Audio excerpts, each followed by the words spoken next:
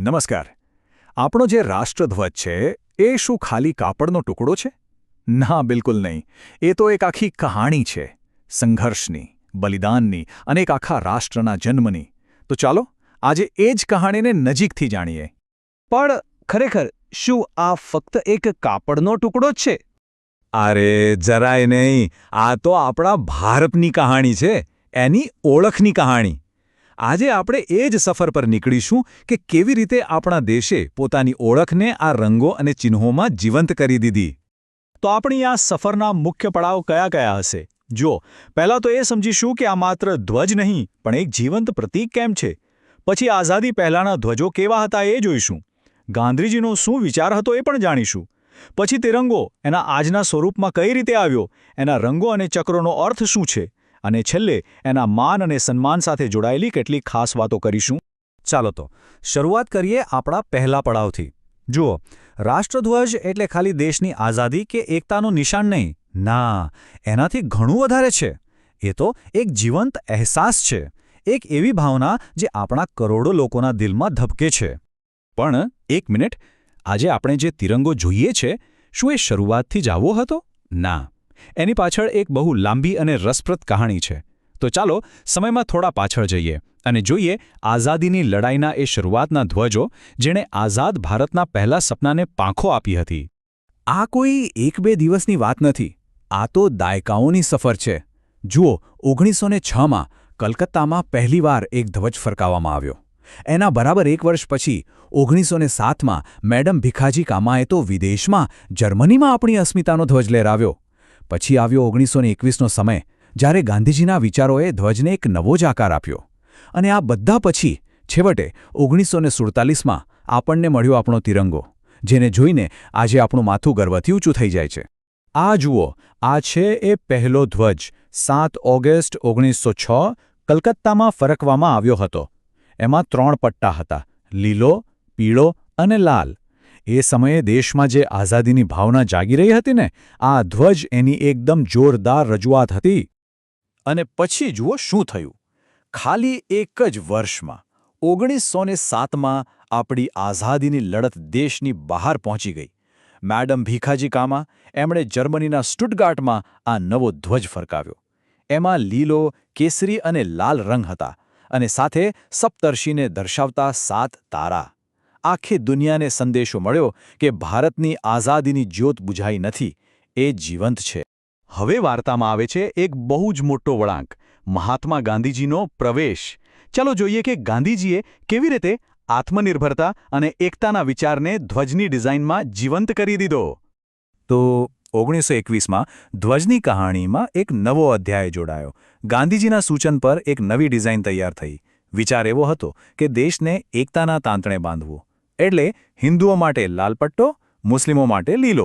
પછીથી બીજા બધા સમુદાયો અને શાંતિ માટે એક સફેદ પટ્ટો પણ ઉમેરાયો. પણ સૌથી ખાસ વાત શું હતી ખબર છે? એની બરોબર વચ્ચે મૂકવામાં આવેલો ચરખો. એ ખાલી એક સાધન નહોતો, એ તો આત્મનિર્ભર, સ્વદેશી ભારતના સપનાનું પ્રતીક હતું. અને હવે આપણે આવી પહોંચ્યા છીએ આપણી સફરના અંતિમ પડાવ પર. એક ક્ષણ જ્યારે આપણને આપણો તિરંગો મળ્યો. એક નવા, આઝાદ ભારત માટે એક નવું પ્રતીક.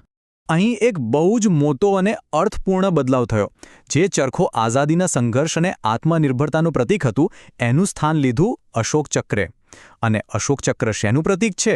ગતિ, ન્યાય અને પ્રગતિનું. તો સમજાયું, આ ખાલી એક ચિહ્નનો ફેરફાર નહોતો, આ તો એક આખી વિચારધારાનો બદલાવ હતો. સંઘર્ષ પૂરો થયો, હવે પ્રગતિનો માર્ગ અપનાવવાનો હતો. તો સવાલ એ થાય કે આ આધુનિક તિરંગાની ડિઝાઇન કોણે બનાવી? એમનું નામ છે પિંગાલી વેંકૈયા.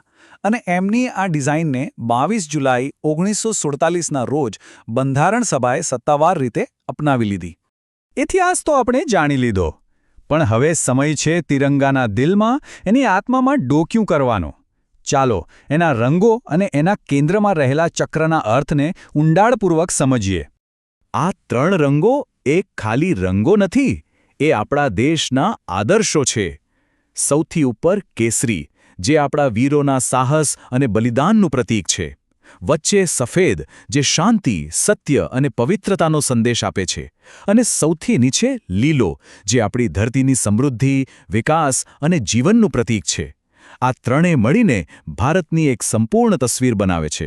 24 બસ આ એક આંકડો આપણા ધ્વજના બરોબર કેન્દ્રમાં. પણ આ 24નો મતલબ શું છે?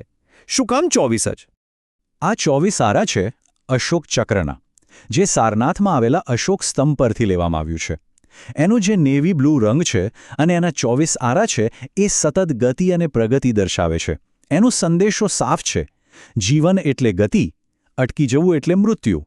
આ જ આપણા રાષ્ટ્રની ભાવના છે, હંમેશા આગળ વધતા રહેવા. ચાલો હવે આપણી આ ચર્ચાના છેલ્લા ભાગમાં આવીએ. ધ્વજ આપણું ગૌરવ છે, આપણું સન્માન છે, પણ એની સાથે કેટલીક જવાબદારીઓ અને નિયમો પણ જોડાયેલા છે. ચાલો એને સમજીએ. ખબર છે, આપણા ધ્વજ માટે કેટલાક ચોક્કસ નિયમો પણ છે, જેમ કે એની લંબાઈ અને પહોળાઈનું માપ હંમેશા 3:2 જ હોવું જોઈએ. આ એની એકરૂપતા માટે જરૂરી છે. અને બીજી ખાસ વાત, એ હંમેશા ખાદી એટલે કે હાથવણાટના કાપડમાંથી જ બનેલો હોવો જોઈએ, જે ફરીથી આપણને આપણી આત્મનિર્ભરતા અને વારસાની યાદ અપાવે છે. અને એના સન્માન માટેના 3 મુખ્ય નિયમો તો દરેકે યાદ રાખવા જ જોઈએ. પહેલો, ધ્વજ ક્યારેય જમીન કે પાણીને સ્પર્શવો ન જોઈએ. બીજો, એ ક્યારેય ફાટેલો, ગંદો કે ખરાબ હાલતમાં ન હોવો જોઈએ. અને ત્રીજો, એનો ઉપયોગ કપડાં તરીકે, પડદા તરીકે કે કોઈ શણગાર માટે ક્યારે ન કરી શકાય.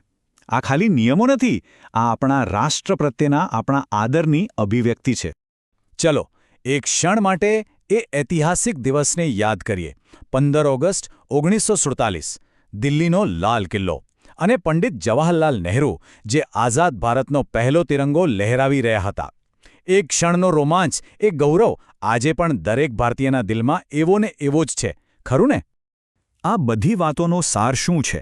એ જ કે ભારતીય રાષ્ટ્રધ્વજ માત્ર એક કપડું નથી, પરંતુ તે ભારતની સ્વતંત્રતાની કથા, બલિદાન, સંઘર્ષ અને એકતાનું જીવંત પ્રતીક છે.